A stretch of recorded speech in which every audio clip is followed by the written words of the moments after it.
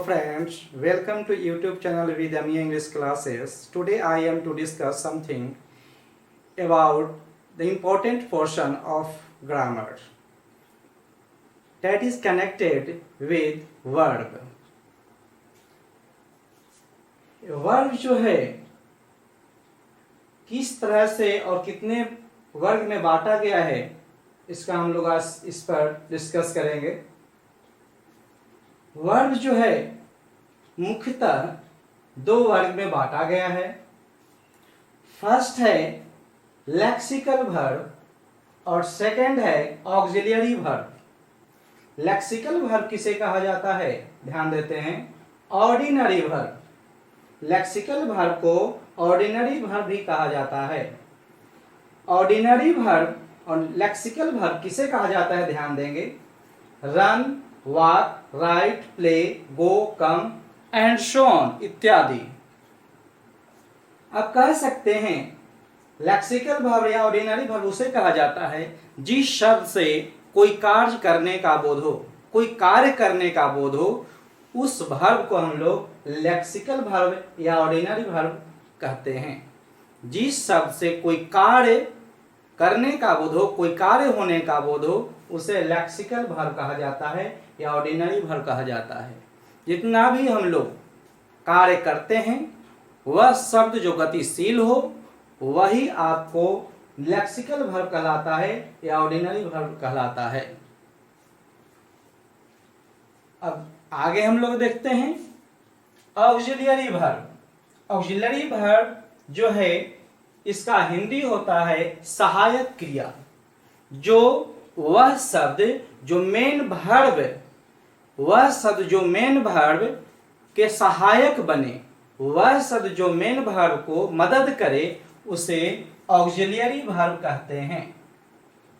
जैसे I am going, तो इसमें गोइंग जो हुआ मेन वर्ब है और एम जो है, एम मदद कर रहा है गोइंग को, इसलिए एम जो है आपको ऑक्सिलियरी वर्ब कहलाएगा। I do not read carefully, I do not read carefully, इसमें डू जो है ऑक्सिलियरी वर्ब के रूप में है, जो रीड को मदद कर रहा है, जो मेन वर्ब को मदद करता है, उसी को हम लोग ऑक्सिलियरी वर्ब कहते हैं, सहायक क्रिया। यानी वर्ब को जो सहायता करने वाला होता है, मदद करने वाला होता है, उसे ऑक्सिलियरी वर्ब कहा जाता है। इनकी संख्या 24 होता है। ऑक्सिलियरी वर्ब का संख्या 24 होता है। अब ऑक्सिलियरी वर्ब को जो है दो भाग में बांटा गया है, प्राइमरी वर्ब और मॉडल वर्ब। ऑक्सिलियरी वर्ब को दो भाग में बांटा गया है, प्राइमरी वर्ब और मॉडल वर्ब। अब प्राइमरी वर्ब में हम लोग देखते हैं, प्राइमरी वर्ब में जो है तीन भाग है। प्राइमरी वर्ब को कह सकते हैं तीन भाग में बांटा गया। वर्ब टू बी, जैसा कि हम लोग वर्ब टू बी के बारे में पहले अध्ययन कर चुके हैं पिछले पार्ट में, प्रीवियस पार्ट में। और is, am, are, was, were, being, been, इन सब को जो है वर्ब टू बी कहा जाता है। और verb to have, verb to have किसे कहा जाता है, verb to have, has, have, had को ही वर्ब टू हैव कहा जाता है। और उसकी जैसा कि देखें इसमें हम लोग एग्जांपल में है, हैव, हैज, हैड जो है ये वर्ब टू हैव। कोई पूछता है, कोई सवाल करता है कि हैव क्या है, ग्रामेटिकली रूप से हैव क्या है, तो इसमें हम लोग जवाब दे सकते हैं कि हैव जो है वर्ब टू हैव है। हैज क्या है, तो वर्ब टू हैव है। हैड क्या है, वर्ब टू हैव का भाग है। इसके आगे है थर्ड जो है वर्ब टू डू। तब वर्ब टू डू में कौन कौन से वर्ब आते हैं, डू आते हैं, डज है, डिड है। डू, डज, डिड को ही वर्ब टू डू कहा जाता है। तो प्राइमरी वर्ब को जो है तीन भाग में बांटा गया है, verb to be, verb to have और वर्ब टू डू। और उसके बाद जो है इसमें से यह जो है आपको मॉडल वर्ब जो है आपको इसी में से ऑक्सिलरी वर्ब जो है इस तरह से बांटा गया है, प्राइमरी वर्ब को हटाया गया है और मॉडल वर्ब को जो है बिल्कुल खास रूप से अलग कर दिया गया है, जिसकी संख्या मात्र 13 माना जाता है। मॉडल वर्ब का इसकी संख्या 13 है। इस तरह से एक ऑक्सिलरी वर्ब टोटल जो हुए 24, इसी में से कुछ जो है टूटकर प्राइमरी वर्ब में आ जाता है और कुछ जो है स्पेशल रूप से टूटकर वह मॉडल वर्ब में चला जाता है। और अब हम लोग इसके आगे जो है, और ये भी ध्यान हम लोग को रखना है कि ऑक्सिलरी वर्ब का महत्व जो है क्वेश्चन टैग्स, पैसिव वॉइस और अन्य ग्रामेटिकल पोर्शन में इसका रोल जो है काफी इंपॉर्टेंट माना जाता है। अतः हम लोग इसे बिल्कुल रूप से कंठस्थ याद करना होगा ताकि हम लोग को आगे बढ़ने में कोई प्रॉब्लम फेस ना करना पड़े। अब हम लोग नेक्स्ट बढ़ते हैं।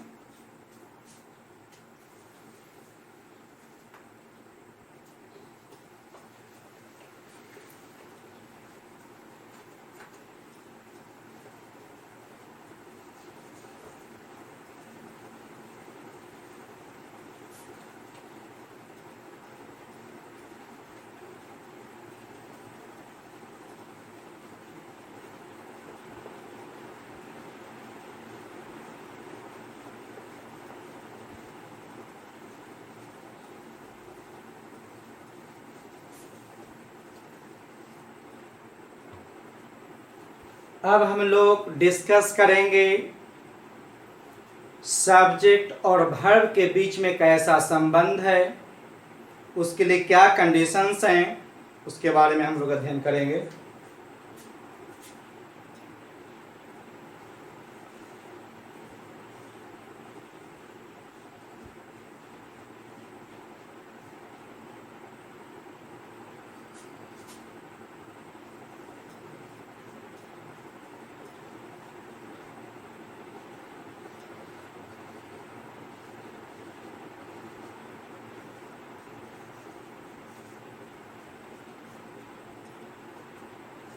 ध्यान देंगे वर्ब और सब्जेक्ट के बीच में, वर्ब और सब्जेक्ट के बीच में जो समझौता होता है, दोनों के बीच में जो राजामंदी होता है, एक दूसरे से राजी होते हैं, उसी के संबंध में हम लोग अब अध्ययन करेंगे। नाउन और प्रोनाउन जो सब्जेक्ट के रूप में प्रायः होता है, ऑब्जेक्ट के रूप में भी आते हैं, लेकिन हम लोग सब्जेक्ट के रूप में ध्यान देंगे। सब्जेक्ट और वर्ब के बीच में अब कैसा समझौता होगा जिससे सही वाक्य का निर्माण होगा, उस पर हम लोग अध्ययन करेंगे।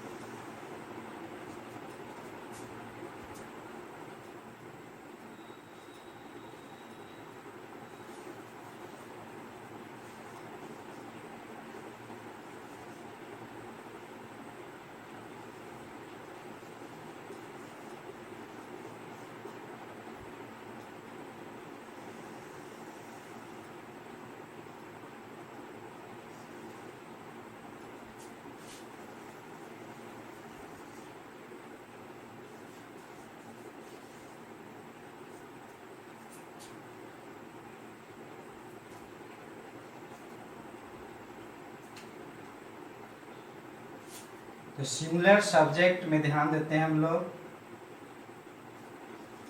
ही है, शी है, ईट है, कोई नेम है,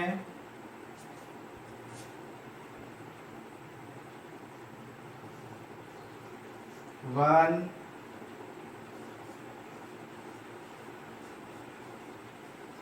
एवरीवन,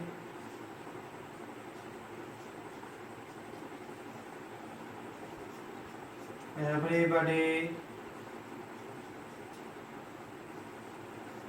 एनीवन। जितने भी बॉडी वन कर आते हैं वो सब सिंगुलर ही माने जाते हैं। अब वर्ब में लेते हैं, सिंगुलर वर्ब में कौन कौन से हैं? Is, has, was, reads, goes. Plural subject में है वी,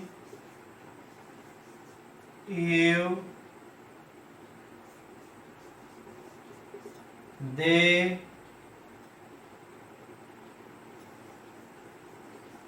बॉयज, गर्ल्स,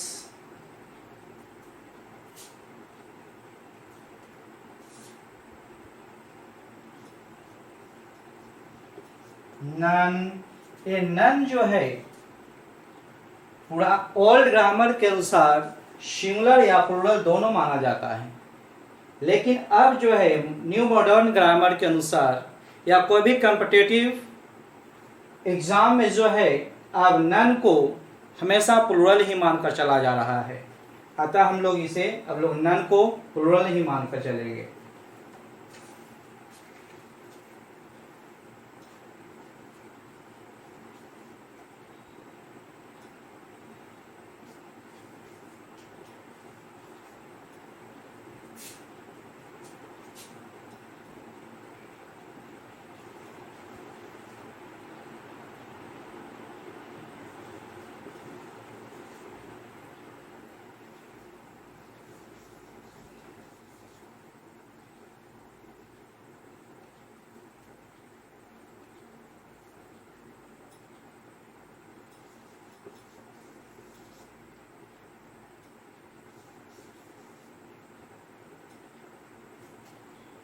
अब हम लोग विशेष रूप से ध्यान दें,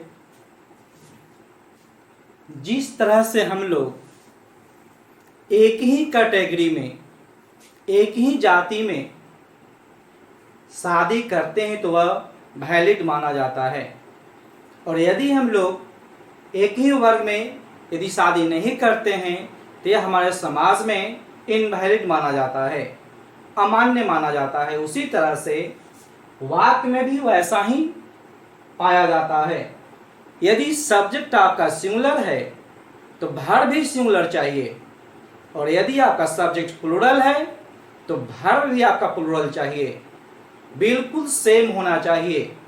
अब ध्यान देते हैं, ए आपका सिंगुलर सब्जेक्ट, सिंगुलर प्रोनाउन है, अतः इसके साथ सिंगुलर वर्ब का ही प्रयोग होगा।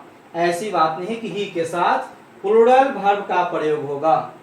जैसा कि यह सिंगुलर सब्जेक्ट है तो इसके लिए इन्हीं सब का प्रयोग होगा, सिंगुलर वर्ब का प्रयोग होगा, या इनमें से किसी का भी सिंगुलर वर्ब का प्रयोग होगा।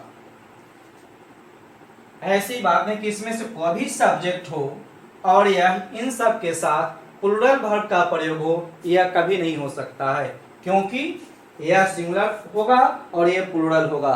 दोनों में एग्रीमेंट जो है, दोनों में समझौता नहीं हो पा रहा है, मेल नहीं हो पा रहा है। ये सिंगुलर है, ये प्लूरल है। मेल का मतलब है दोनों एक कैटेगरी का होना चाहिए, जैसा कि सिंगुलर सब्जेक्ट तो सिंगुलर वर्ब होना चाहिए। अगर कोई पूछता कि ही के साथ आर का प्रयोग क्यों नहीं हो सकता, तो सीधे जवाब देनी है कि ही जो है थर्ड पर्सन का सिंगुलर सब्जेक्ट माना जाता है, पर्सन है, प्रोनाउन है, और इसीलिए इसके साथ जो है वर्ब भी सिंगुलर होना चाहिए। अब आगे देखते हैं, इसमें विशेष रूप से और देखते हैं कि जब वर्ब में किसी भर में, ऑर्डिनरी भर में एस या ईएस जोड़ते हैं तो वह सिंगुलर बन जाता है। जब किसी भर में एस या ईएस जोड़ते हैं तो वह सिंगुलर भर बन जाता है। सिंगुलर भर को V5 भी कहा जाता है। सिंगुलर भर को V5 भी कहा जाता है। एक और हम लोग समझ लेते हैं, जब किसी नाउन में एस या ईएस या आईईएस जोड़ा जाता है तो वह प्लूरल का रूप धारण करता है, प्लूरल बन जाता है। लेकिन जब हम लोग भर में एस या ईएस या आईईएस जोड़ते हैं तो यह सिंगुलर बन जाता है। विशेष रूप से यह ध्यान में रखना होगा। जैसे रीड है तो ये आपका सिंगुलर है, अगर एस को हटा दिया जाता है तो ये रीड जो है प्लूरल बन गया। अगर गो में से ईएस को हटाते हैं तभी गो प्लूरल है, रीड भी प्लूरल है, गो भी प्लूरल है। इसको अब हम लोग एस लगाकर सिंगुलर बनाएंगे और इसमें ईएस लगाकर सिंगुलर बनाएंगे। एस को देखकर ऐसा कभी नहीं समझना है कि यह प्लूरल है, बल्कि जब भर में एस जुड़ता है तो वह सिंगुलर कहलाता है। नेक्स्ट देखते हैं, यह प्लूरल सब्जेक्ट और यह है प्लूरल वर्ब। तो प्लूरल सब्जेक्ट के साथ प्लूरल वर्ब आना चाहिए निश्चित रूप से, तभी वाक्य सही माना जाएगा। तो वी प्लूरल है और इसके साथ आर सही होगा, वर्ब भी सही होगा, फंक्शन के अनुसार, जरूरत के अनुसार। और दे है, ये सभी जो है प्लूरल है, इनके साथ कोई भी टच कर सकता है, सही पाया जाता है जरूरत के अनुसार। अब विशेष रूप से हम लोग, आप ये भी देख रहे होंगे कि इसमें आई का प्रयोग कभी कहीं पर भी नहीं दिया हुआ है। आई का प्रयोग कहीं भी नहीं है, ऐसा क्यों? तो आई जो है इंग्लिश लैंग्वेज का सबसे ओल्ड वर्ड माना जाता है और अभी तक वह अस्थाई है। एक अक्षर और वह एक शब्द भी बनता है। देखते हैं नेक्स्ट, आई के साथ क्या कंडीशन है।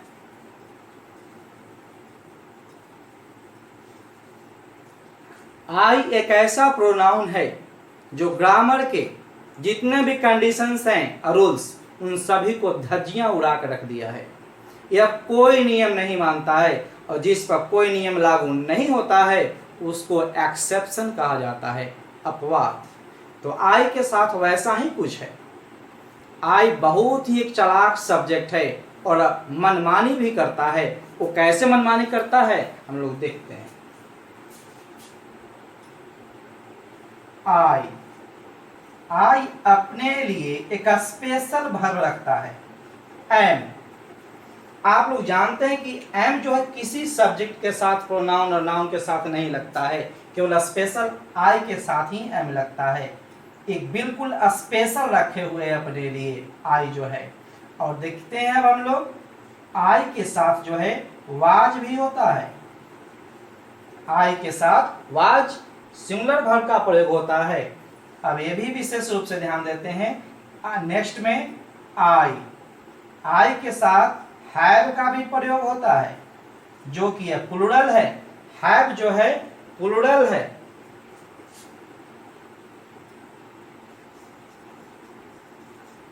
हैव आपका प्लूरल है।